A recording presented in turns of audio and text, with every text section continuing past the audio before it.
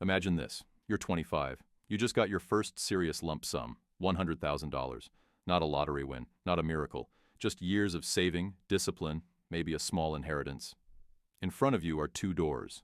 One door is labeled safe, guaranteed, no stress. Inside, a clean bank office, a calm smile, a savings account paying a few quiet percent. The other door is labeled uncertain, fluctuates, long-term. Inside, charts that go up and down, headlines screaming crashes, but also something called compounding. Most people, when they hear safety, their nervous system relaxes. They choose the first door, because safety feels like intelligence. But here's the uncomfortable truth nobody tells you at 25. The most dangerous thing in money is choosing what feels safe today instead of what grows tomorrow. So let's run the clock forward. Not 1 year, not 5, 20 years. Same $100,000, two choices, two lives. And by the end of this story, the difference between those two doors will quietly decide whether your future self thanks you or wonders where all the time went. You walk through the first door, the savings account. It feels responsible. No risk, no stress, no scary red numbers, just slow, steady interest. Maybe 3%, maybe 4% on a good year. On paper, your money is growing, but something invisible is working against you. Inflation. It's like a silent leak in a water tank. You don't hear it, you don't see it. But every year, a little more value drains out. So your $100,000 becomes $103,000, then $106,000, then $109,000. You feel progress. But outside the bank, prices are rising faster. Rent, food, cars, education, healthcare. Your money is running on a treadmill, and the world is on an escalator. Fast forward 20 years. Your account might show around $180,000 to $220,000. Looks nice, looks bigger.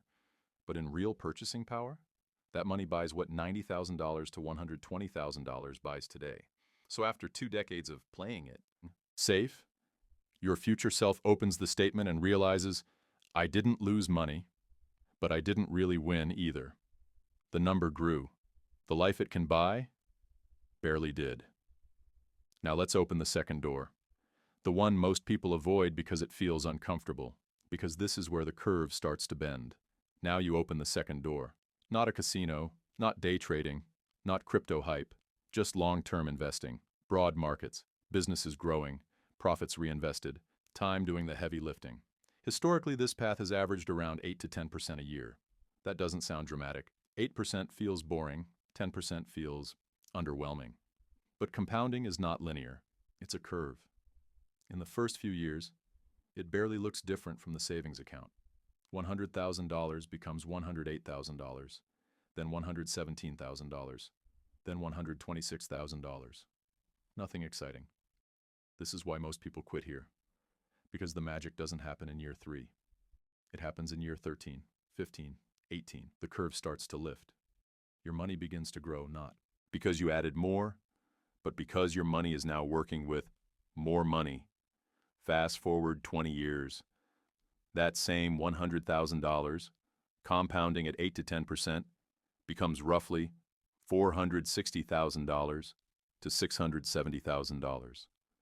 Not by trading harder, not by stressing more, not by checking charts daily, by letting time do what time does best. Multiply small advantages into massive gaps. Now pause. One path gave you maybe 200,000 nominal dollars, 100,000 real dollars. The other gave you $500,000 or more. Same starting point, same person, same effort, only the system changed. And this is where the story becomes uncomfortable, because the gap isn't just money. It's the life that money can quietly buy. Picture yourself at 45 now. Same face in the mirror, same memories, same 20 years past, but two completely different financial realities. In the savings path, your money grew, but cautiously. It kept up, barely. You're still careful, still calculating, still thinking twice before big decisions. Vacations feel like expenses. Time off feels like lost income. Opportunities feel risky because your capital can't easily replace itself.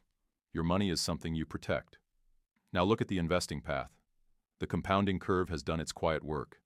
Your $100,000 turned into something closer to $500,000 or more. Not rich, but powerful.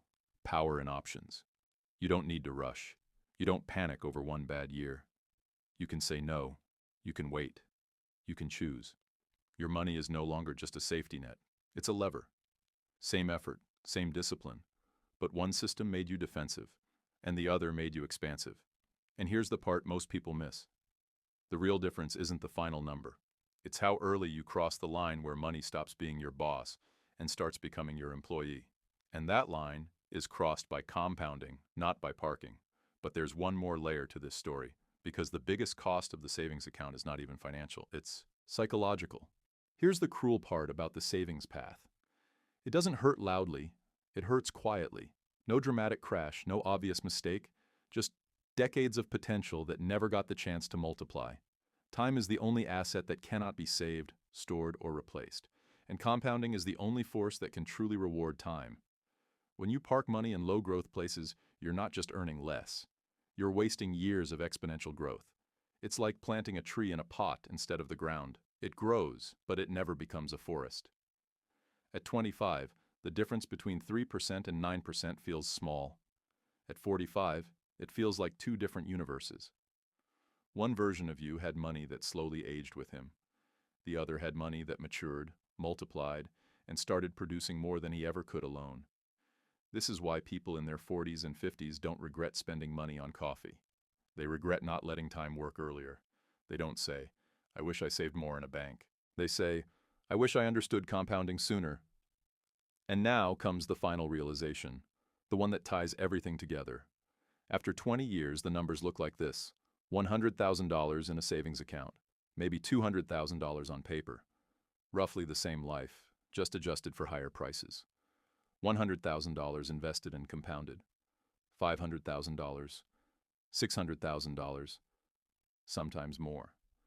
A completely different level of freedom, patience, and choice. Same money, same starting age, same discipline. But one choice respected time. The other only respected safety, and time always sides with growth.